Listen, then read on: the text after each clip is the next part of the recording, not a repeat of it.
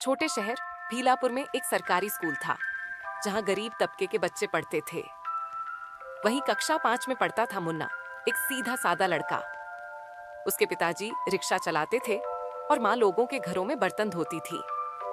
मुन्ना हमेशा फटे हुए जूतों में स्कूल आता, लेकिन पढ़ाई में वह तेज था, हमेशा अव्वल।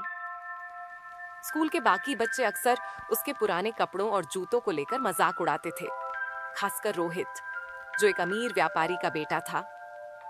एक दिन मुन्ना के जूते बारिश में पूरी तरह भीग गए और टूट गए। वह अगले दिन नंगे पांव स्कूल आया। टीचर ने पूछा, मुन्ना जूते क्यों नहीं पहने? मुन्ना झेंप गया और बोला, सर टूट गए, पिताजी कह रहे थे महीने के अंत में दिला देंगे। कक्षा में सब हंसने लगे, लेकिन टीचर चुप रहे। उस दिन के बाद रोहित ने और ज्यादा ताने मारने शुरू कर दिए। अब तो जूते भी नहीं है, कैसे पढ़ेगा तू नंगे पांव? मुन्ना चुपचाप सुनता और आगे बढ़ जाता। एक हफ्ते बाद स्कूल में वार्षिक दौड़ प्रतियोगिता हुई। जीतने वाले को ट्रॉफी और नए स्पोर्ट्स शूज मिलने थे। मुन्ना ने बिना जूते के ही दौड़ में भाग लिया और जीत गया। सारे बच्चे चकित थे, सब तालियां बजा रहे थे। रोहित भी चुपचाप देख रहा था।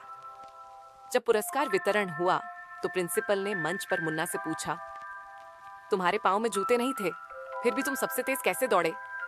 मुन्ना मुस्कुराया और बोला, जब पैरों में दर्द हो तो दिल ज्यादा तेज भागता है। पूरा हॉल शांत हो गया। अगले दिन स्कूल में एक अजीब नजारा था। रोहित अपने नए स्पोर्ट्स शूज मुन्ना को दे रहा था। उसने कहा, अब मुझे समझ आया कि जूते पहनना और किसी की जगह चलना दोनों में फर्क होता है। मुन्ना ने पहले मना किया, लेकिन टीचर ने कहा, कभी कभी किसी का दिल जीतना ही असली शिक्षा होती है। हम अक्सर दूसरों के हालात को बिना समझे उन पर हंसते हैं, लेकिन अगर हम कभी उनके जूते पहनकर चलें तो उनकी पीड़ा और संघर्ष का अंदाजा हो पाएगा। समाज को समझ, करुणा और बराबरी की जरूरत है, तानों और भेदभाव की नहीं।